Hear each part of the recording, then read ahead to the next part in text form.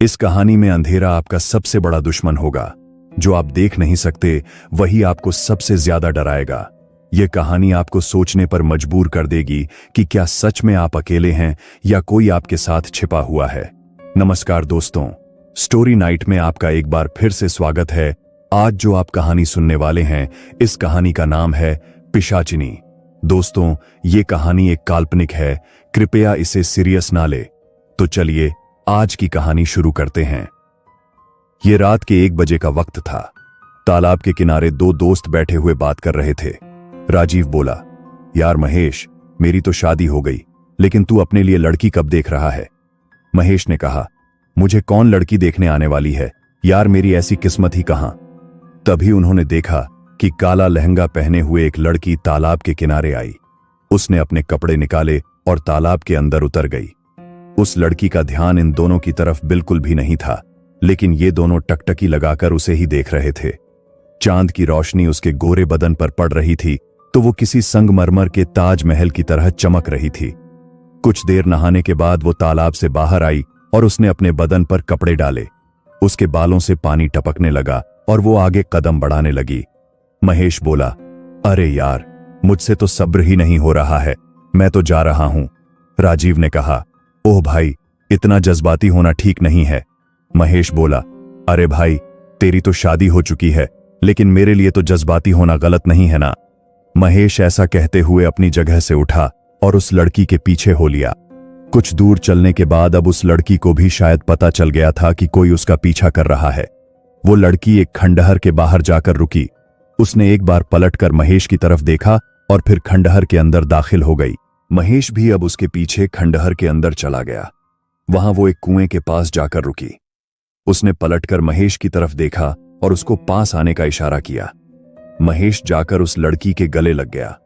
महेश उसकी मखमली कमर पर अपने हाथों को घुमा रहा था। तभी उस कुएं के अंदर नीले रंग की रोशनी उत्पन्न हुई और किसी के सांस लेने की भयानक आवाज सुनाई देने लगी। महेश उस लड़की से अलग होना चाहता था, लेकिन उसने कसकर महेश को गले लगा रखा था। उस कुएं के अंदर से एक बेहद भयानक पिशाचिनी किसी छिपकली की तरह चलकर ऊपर तक आ गई। उस लड़की ने महेश को कुएं की तरफ धकेल दिया। उस पिशाचिनी ने महेश को पकड़ा और उसे कुएं के अंदर ले गई। वो लड़की कुएं को देखते हुए रहस्यमयी अंदाज में मुस्कुरा रही थी। तभी कुएं के अंदर से महेश का कटा हुआ सिर और उसके साथ सोने के 2 सिक्के उछलकर उस लड़की के कदमों में आ गिरे। उस लड़की ने उस कटे सिर को पैर मारकर एक तरफ धकेल दिया और सिक्कों को उठाकर मुस्कुराते हुए वहां से चली गई। कुछ दिन पहले नताशा घर के हॉल में इधर उधर चक्कर लगा रही थी और बार बार घड़ी की तरफ देख रही थी। पता नहीं ये कहां रह गए, ऑफिस तो 8 बजे ही खत्म हो जाता है। तभी दरवाजा धड़म से खुला और राजीव लड़खड़ाता हुआ घर के अंदर दाखिल हुआ। अरे, क्या हो गया आपको? आपने शराब पी है? राजीव ने कहा, हां, पी है मैंने शराब। साला वो नीरज, उसने फिर से मेरा डिमोशन कर दिया। मन करता है उस साले को खत्म कर दूं। राजीव अपने कमरे में गया और धड़ाम से बेड पर गिर गया। नताशा राजीव की इस हालत को देख नहीं पा रही थी, इसीलिए वो घर से निकलकर एक खंडहर के अंदर पहुंची, जिसके बारे में उसने बहुत बातें सुनी थीं। खंडहर के अंदर एक कुआं था।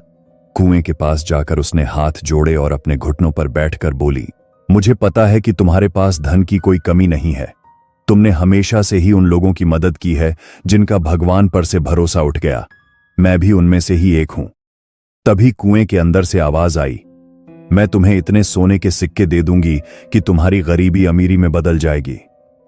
यह सुनकर नताशा के चेहरे पर खुशी छलक आई। कुएं से आवाज आई, तुमको मेरे पास रोजाना एक मर्द को लेकर आना होगा। मैं इस कुएं से बाहर नहीं आ सकती, इसीलिए अगर तुम मुझे भेंट देने के लिए यहां जवान मर्दों को लाती रहोगी तो मैं तुम्हें उसके बदले सोने के सिक्के दूंगी। जितना जवान मर्द होगा, सिक्के तुम्हें उतने ही ज्यादा मिलेंगे। यह सुनकर नताशा इस सौदे के लिए राजी हो गई। जो 2 सिक्के पिशाचिनी ने नताशा को दिए थे, उसने उनको मेन डोर के सामने फेंक दिया।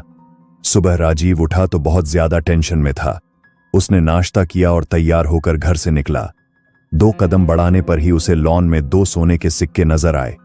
राजीव बोला, अरे बाप रे। उसने एक सिक्के को पत्थर पर रगड़कर देखा तो उसकी आंखें चौंधिया गईं। राजीव मन ही मन बोला, सोने के सिक्के, 2-2 सोने के सिक्के। इसने तो मेरी बहुत सी परेशानियां दूर कर दी। मेरा सारा कर्जा मैं उतार सकता हूं।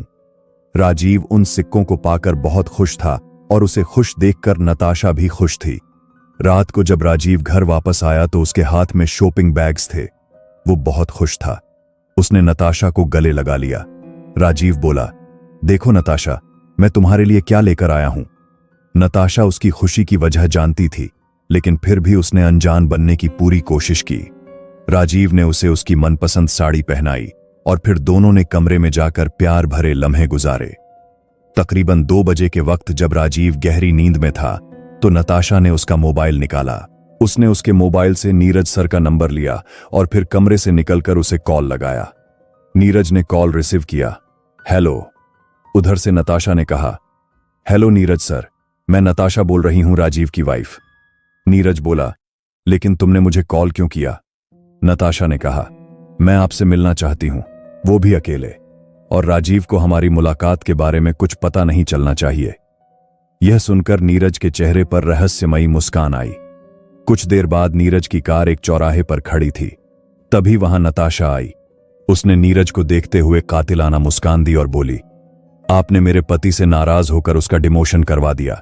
मैं बस आपकी नाराजगी को दूर करने की कोशिश करना चाहती हूं। यह सुनकर नीरज का चेहरा खिल उठा और वो बोला, तो बताओ, तुमको अपने फ्लैट पर ले चलूं, वहां हम आराम से बातें कर सकते हैं। नताशा बोली, वहां नहीं, आपके लिए मेरे पास एक परफेक्ट जगह है। अब नताशा ड्राइव करने लगी और नीरज उसके बदन को निहारने लगा। नताशा ने कार को उसी खंडहर के पास ले जाकर रोका। नीरज बोला, अरे ये तो एक खंडहर है।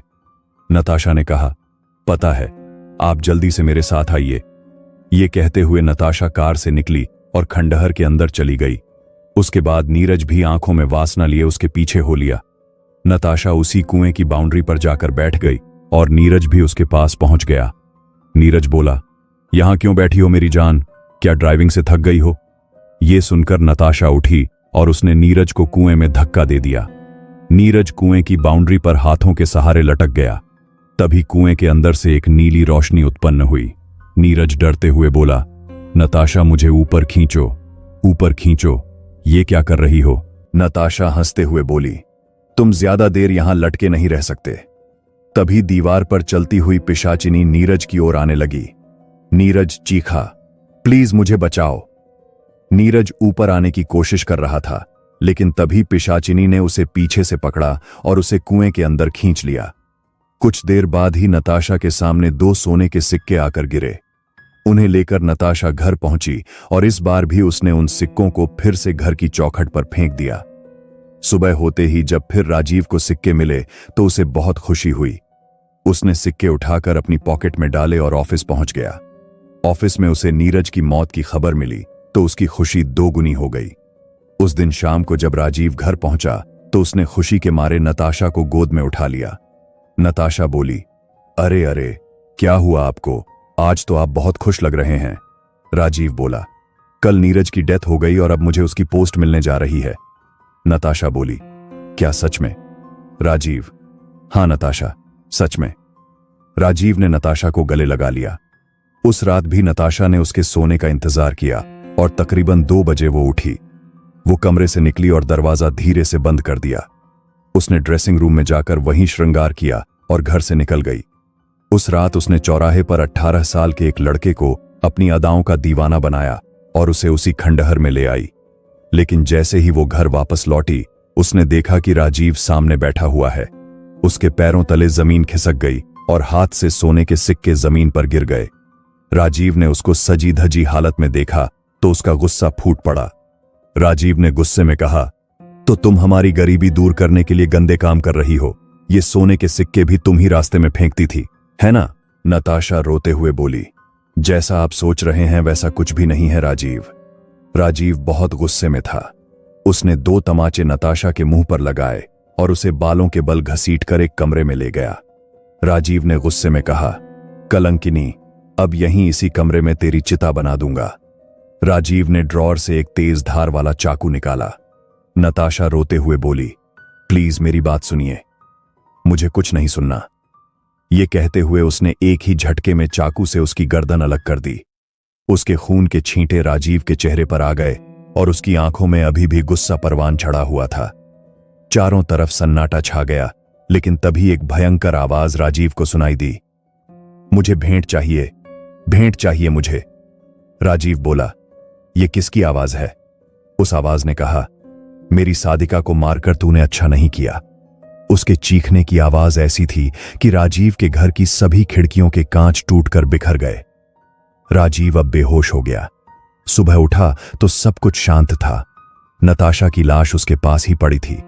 राजीव बोला, वो सब एक सपना था, ऐसा कुछ नहीं हुआ। राजीव जॉब पर गया और अपना काम करने लगा। दिन भर उसके साथ सब कुछ नॉर्मल था, लेकिन रात होते ही उसे वो भयानक आवाज सुनाई देने लगी। तूने मेरी सादिका को मारकर अच्छा नहीं किया राजीव, मुझे भेंट चाहिए। राजीव बोला, कौन हो तुम? सामने क्यों नहीं आती? आवाज, मेरी आवाज का पीछा करते करते मेरे पास चले आओ, वरना मैं तुम्हें जान से मार सकती हूं। राजीव उस आवाज का पीछा करते हुए घर से बाहर निकल गया। काफी देर चलने के बाद वो उसी खंडहर में कुएं के सामने पहुंच गया। राजीव बोला, कौन हो तुम और किस सादिका की बात कर रही थी तुम? आवाज, तुम्हारी बीवी मेरी सादिका थी और तुमको सब कुछ बता देती हूं। अब उस कुएं के अंदर से आती आवाज ने राजीव को सब कुछ बता दिया और पता चलते ही राजीव को एक बड़ा झटका लगा। वो अपने घुटनों पर आ गया और तहाड़े मार मार कर रोने लगा। मैंने मेरी बीवी को गलत समझकर उसे मार दिया। मुझसे कितना बड़ा पाप हो गया। आवाज, पाप तो हुआ है, लेकिन अब तुम्हारी जान खतरे में है। तुम अब अपनी बीवी की तरह मेरे पास जवान लड़कियां लेकर आओगे। जितनी कम उम्र की लड़की होगी, तुम्हें उतने ज्यादा सोने के सिक्के मिलेंगे। यह सुनकर अब राजीव को समझ आ गया कि अब वो बड़ी मुसीबत में फंस गया है। अगली शाम जब वो अपने ऑफिस से निकला तो एक लड़की उसकी कार में आकर बैठी। राजीव बोला, अरे रश्मि तुम? हाँ राजीव, मुझे ये जानकर बहुत अफसोस हुआ कि तुम्हारी बीवी तुम्हें छोड़कर चली गई। अब मैं कर भी क्या सकता हूं? उसको प्यार तो बहुत किया था मैंने, पर अब। रश्मि ने राजीव के हाथ पर हाथ रखा और बोली, अगर तुम चाहो तो मैं उसकी जगह ले सकती हूं। यह सुनकर राजीव के चेहरे पर मुस्कान छलक आई और उसने गाड़ी आगे बढ़ा दी। रश्मि बोली, अरे तुमने इस खंडहर के बाहर गाड़ी किस लिए रोकी? मुझे तुम्हें कुछ दिखाना है, तुम्हारे लिए वेलकम गिफ्ट है। रश्मि बोली, हो, एक खंडहर में वेलकम गिफ्ट। रश्मि राजीव के साथ उस खंडहर में चली गई और कुछ देर बाद ही उसकी भयानक चीख फिजा में गूंज गई। उस दिन के बाद से राजीव उस पिशाचिनी के लिए काम करने लगा। और ये थी आज की पिशाचिनी की कहानी। तो दोस्तों, आपको ये कहानी कैसी लगी? अगर आपको ये कहानी पसंद आई हो तो कृपया एक लाइक कर दीजिए। हम मिलते हैं आपसे एक नई कहानी के साथ। तब तक के लिए अपना ख्याल रखिए। अलविदा।